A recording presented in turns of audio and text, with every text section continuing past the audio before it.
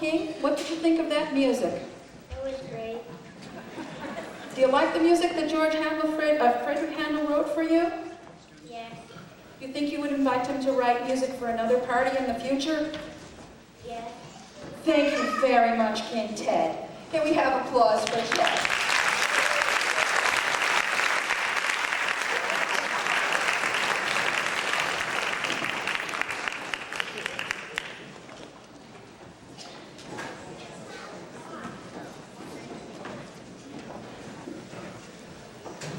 As we're waiting for the orchestra to reset itself, I just want to tell you that when I was a little kid, a couple of years ago, I used to ask my mom every night to read me a story before I would go to bed. How many kids in the audience do the same thing? Good. It's a great way to fall asleep. It really helps you to use your imagination just as you're falling asleep to hear these wonderful stories. Well, I must have heard hundreds and hundreds and hundreds of stories for all those nights that I asked for them before bed. But one of my very, very, very favorite stories, which I'm so thrilled we're going to hear about today, was a story called Make Way for Quacklings. Make way for what? Ducklings. Oh, make way for ducklings. All right, I'm sorry. I made that little mistake. Now, this book was actually written in 1941, very, very long time ago. Not as long as George Friedrich Handel, but a long time ago. And it actually won the prestigious Caldecott Medal in 1941 for being the most distinguished American picture book of that year. And it's still a favorite. Now, I'm going to need some help again, some helpers. Could I have Emily and Abigail and Owen and Aisling come up, please, and join me? Now, there is some noise coming out from my podium here. Have you heard it? Have you heard the noise coming from my podium? No, you haven't? Did you hear that noise? What was that? What was that? Ducks. Do you know how many ducks there are in Make Way for Ducklings? How many? There are 8 of them, and I happen to have them here. Did you see Mrs. Mallard when you came in today? She's been very, very busy trying to figure out how to get all her ducklings to cross Linden Street after this concert is over. But the ducklings are right here. Look at them. So, how many were there? Count them. 1, 2, count them. 3, 4, 5, 6, 7, 8, and what are these guys' names? Do you know what their names are? What's the first one's name? This one. Say it. Jack. And the next one is? Cat. And the next one is?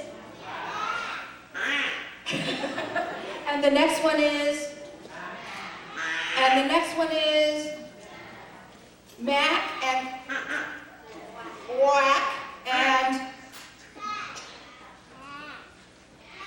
You remember? And the last one is Quack. So they are. Let's hold them up so we know who they are. They're Jack, Cack, Lack, Mac, Knack, Whack, Pack, and Quack. And wait a minute, there's one more yellow thing in my basket here. Look at this. Is that a duck? What's your name? Why are you trying to get in with those ducks? What's your name? Affleck. We'll have none of that. Okay, so now, we are very, very, very lucky, boys and girls, to have with us today somebody who is world famous. Absolutely world famous. This person is someone who, as a musician, I have listened to and admired my whole life. We have the actual composer of the music of Make Way for Ducklings with us here today. And I must say that I am so thrilled to have someone of this world renown with us here today at Wellesley Middle School. And I would like to have him come up and speak to us. Mr. Daniel Pinkham was born in Lynn, Massachusetts. He is a very, very famous composer.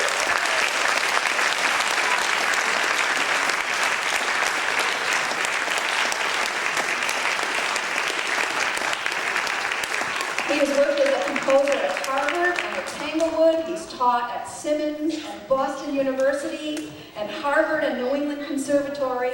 And he is with us in the Boston area. He is a Massachusetts composer, world renowned. And he would like to talk to you for a moment about this wonderful piece of music. And to these duck-holding kids up here.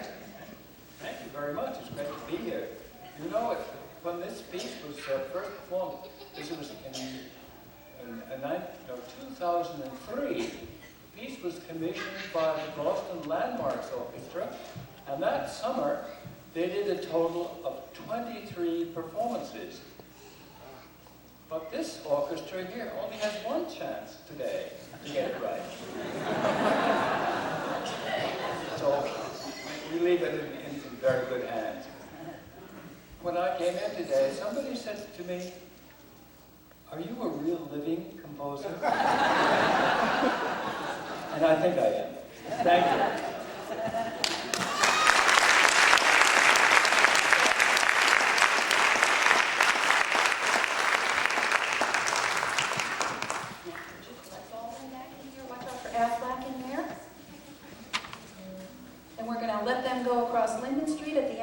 Concert. And can we thank all of my very, very wonderful duck handling children for coming out and sharing with us. Thank you so much. Now, we also have a very famous person to tell us this story. Mr. Bruce Schwegler is a very, very famous and familiar figure in the Boston area. He is a top-rated meteorologist and science reporter and was the longest-running TV anchor in Boston broadcasting history. He has received an Emmy Award, authored a book on weather and energy, created school science curricula, and has done very important work on major environmental issues. And he will now share his talents as a storyteller. So, can we please make way for Mr. Bruce Schwegler and the Ducklings.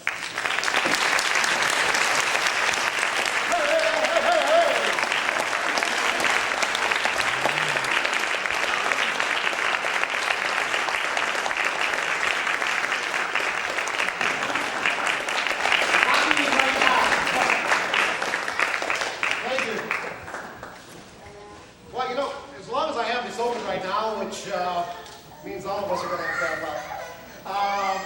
As long as I have this open right now, I might want to say that this, of course, is an umbrella, otherwise known as an anti-precipitation device, also known as a bumper chute, and down south, by the way, it's called an umbrella.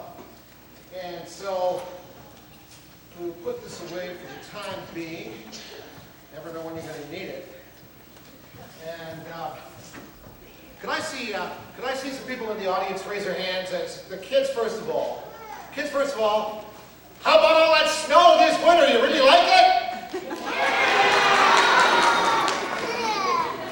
How about all the adults in the audience? How about all that snow? You really like it? Sort of a mixed response there that obviously changes as you age. In some ways, shapes, and forms. I'm a real meteorologist, and I have been on television a long time. I'm now working to develop a company with some very interesting software and also capabilities and patents that have to do with forecasting the weather, but not scaring you half to death in the process, and also delivering it to any kind of a device that's location-based. In other words, cell phone, your PC, your cable TV box, or whatever. Within a few minutes, we can tell you at a location when it's going to rain, when it's going to snow, how heavy it's going to be, when it's going to end, and all you do is hit a button, like on your cell phone. So big changes around the way in the weather forecasting game, and I might add that these forecasts are extremely accurate as well. So there is a slight added bonus, to say the least.